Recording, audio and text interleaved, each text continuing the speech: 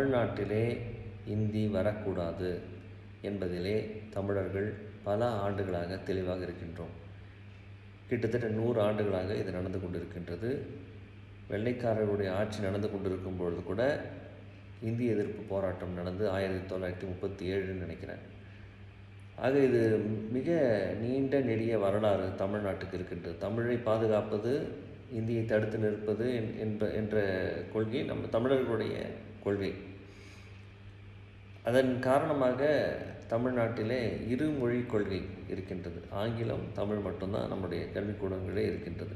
மும்மொழி கொள்கை என்பது இந்தியா முழுக்க பின்பற்றுவதாக சொல்கின்றார்கள். இந்தி அந்த மாநிலத்தினுடைய மொழி, பிறகு ஆங்கிலம். ஆனால் தமிழ்நாட்டில் இருமொழி கொள்கை தான் இருக்கின்றது. ஆனால் தற்போதைய இருக்கக்கூடிய தமிழ்நாட்டின் அரசில்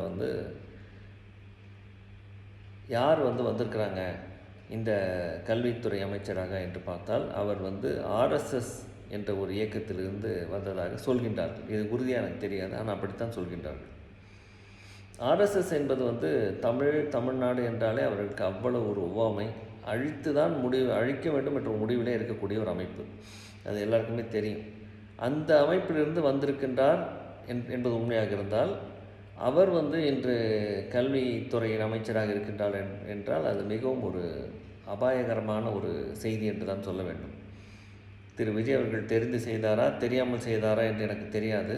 ஆனால் நம்முடைய இருமொழி கொள்கைக்கு ஒரு சிக்கல் வந்துவிடுமோ, அதற்கான அபாயமணி அடித்து விட்டார்களோ என்ற